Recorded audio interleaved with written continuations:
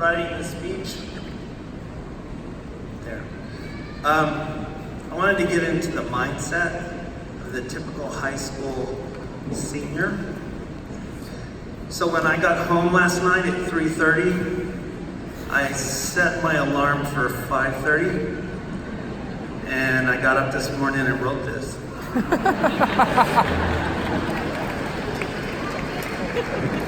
And then I played video games until it was time to come here. Okay, good afternoon. My name's John Weatherly. I teach ceramics. Okay, there's gonna be a bunch of those, so just hold off. Where was I? Oh, just so you all know, I will be assigning homework today, and there will be a test to follow. Thank you to the students who voted to have me speak here today. I would also like to thank all the family members that supported you to help you get all the way through your senior year in high school. I would also like to thank all the teachers who put up with me when I made my way from kindergarten to the 12th grade. It seems like I had great difficulty sitting still and paying attention. My mother likes to say that I was ADHD before they discovered it. Speaking of my mother, she was also a teacher, as were both of her parents. It seems that teaching may be a hereditary condition. I grew up in a small town in Texas, and for as long as I can remember, I felt like everyone else had an owner's manual that explained how to fit in and be a part of life. Anytime they were confused about a situation, they could just look up the answer. I wanted to fit in, I wanted to succeed, but my anxieties around failing kept me from trying most of the time. I was able to just squeak through high school and graduate. I'm not sure if it was my teachers or myself who was happier that I was done and moving on. So I ventured out into life with a feeling mixture of excitement and anxiety. Excitement to be out on my own, and anxiety because I really had no plan other than want to be a rock star. I had played drums in different bands in high school, but never really got any gigs to play before an audience. After high school, I moved to a bigger city and never got into another band. I did not know that if I wanted to succeed, I would need to ask for help. I wanted to be a rock star, but I never did the footwork to make it happen. So instead, I joined the Navy. I'm not sure how many rock stars had the Navy down as their plan B, but that was mine. I flew to Orlando, Florida for boot camp. After about 30 minutes, I realized I had made a really big mistake. Unfortunately, I'd signed up for 6 years. That part's true. Even though I did not fit in the Navy very well, and I often wanted to get out, it was a major turning point in my life for the positive. I was a student in the Navy Nuclear Power School. The first thing they taught us was how to study. As far as I can remember, nobody had ever taught me how to study before.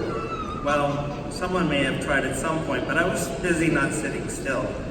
The Navy was much more insistent that I pay attention, so I did.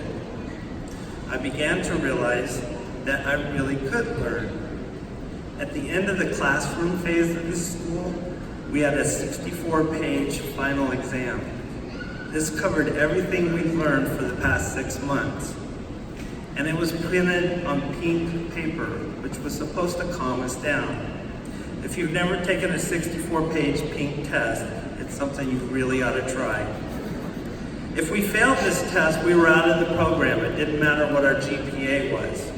We took the test in the morning, and in the late afternoon, they posted the grades in the windows at the end of a hallway. That's how they posted grades before the internet. It took me about 5 minutes to make my way through the crowd to find my name and my grade. Now at this point, I started crying. Not because I had failed, but because I had passed. Because deep down, I had felt like I was a failure at everything, and I would always be a failure. I felt like But this version of myself that I thought I was began to crumble. It's nice I wrote this down. I felt like the world was finally open for me, that I was free. I still had 5 more years to go in the Navy, but I was free. After the Navy, I worked in various jobs and wanted to be an artist, a painter.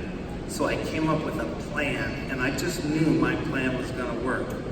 The universe, however, kept pushing me in a different direction, and I kept resisting.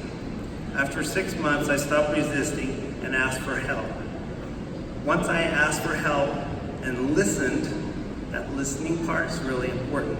Listen, the doors just started to open. I ended up in college for art education to teach art in high school. The universe wanted me to put my passion to work, but in a way other than what I had planned. About 5 years later, and about 2,000 flashcards later, I made it through college and I began teaching high school art. That was 19 years ago. Now, transitioning from high school to early adulthood, it's easy to get distracted or feel like everything has already been thought up or figured out, so why even try? I find hope in this arena by looking to paleontology, which is the study of fossils to understand the history of Earth. The Earth is 4.6 billion years old. That's a really big number. I can't really wrap my head around that number. But there's this model where they take the 4.6 billion years and they narrow it down to 1 year, where the Earth is formed on January 1st, and single-cell animals do not show up until mid-October. So for over 3/4 of the Earth's history, there wasn't very much going on. Complex life forms don't show up until December, and people, we don't show up until 11:55 p.m. on December 31st. Now what's the point of all that? The point is there's a party that's been going on for a year, and we've only been here for 5 minutes. There's room, there's room enough for all of us, for all of our dreams. As a species, we're just getting started. You just have to be willing to put in the effort to make your dreams come true. There's room enough for all of us. Willing to ask yourself every day, what can I put into life instead of what can I get out of it? Willing to ask for help when you need help, and willing to reach out and help others when they need it. When I was asked if I was interested in being the inspirational speaker at graduation, I started asking myself, what inspires me? Well, certainly music has always inspired me, from the Beatles all the way to Lady Gaga. From All You Need Is Love to Baby, I Was Born This Way. I am also inspired by art. Some art just moves my heart in ways that can't be accomplished through words alone. What inspires me the most, though, are my relationships with other people, the friends, family that enrich my life.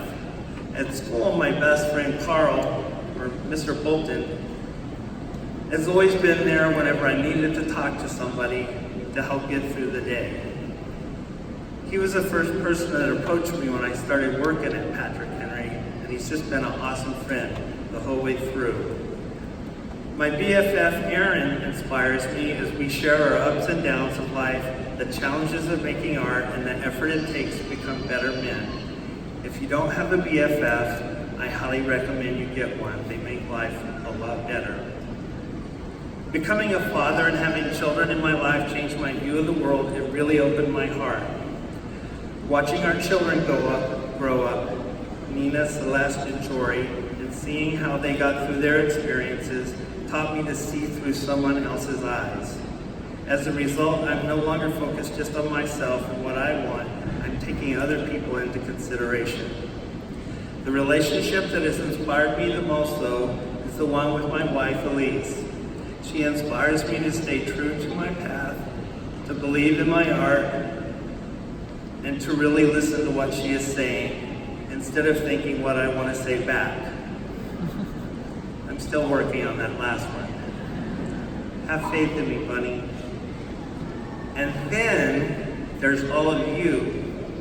This continuous wave of young people that come into my life for such a short time and have shown me so much about life. I sometimes feel that I've learned more from my students than they have learned from me. They've taught me to believe in myself more and to believe in them. They taught me that they have lives outside of our daily encounters, that sometimes something that seems so black and white to me actually has a lot of shades of gray. That when I have an interaction with a student, it is not so much a moment in time as it is two lives intersecting in a moment. I need to listen not only to the words a student's saying to me, but also to the heart behind the words. As much as I wanted to be a rock star and then a painter, it turns out that teaching is my path. Paths come in all shapes and sizes and can take a person in many different directions. It took me a while to find my path and great effort to make it through the forest of life. How do I know this is the right path for me? I've had many experiences in the classroom when working with a student or just listening to a student tell me about their day, and I get the feeling to the center of my being that I know this is why I was put here. This is what I was meant to do. This is where I fit in. And it is my greatest hope for all of you that you are able to slow down long enough to find where you fit in, to find your path, to find how it is that you can serve your purpose in life. Okay, it's time to switch things up. So here's your homework. As you walk out of here today, pay attention to your path. Take responsibility for your journey. You've been preparing for this for a long time. You're at a crossroads and decisions need to be made, so get out there and make them. You may come to a dead end or have setbacks along the way. You can always backtrack and find another way forward. If you get stuck or end up somewhere off the path, ask for help. Do not hesitate to help others along the way, for we are all striving for the same goal, which we can all achieve. There's room enough for every one of us to find a satisfying, meaningful life. Do you guys like extra credit? Okay, just at least one of you. Thank you. For daily extra credit, ask someone you do not know, this part's really important, someone you do not know how their day is going, and then look into their eyes and listen to what they tell you. You don't have to fix them or give them solutions. Just listen to them and wish them well and be on your way. That simple task always brightens my day and makes my heart bigger. Then there is the test. Have you followed a path with heart? Does your life make a positive difference in the world? Do you feel like you're doing what you were put here to do? Only you can grade this test. You have to pay attention to find the answers to these questions. And fortunately, you have your whole life ahead of you to do it. Thank you.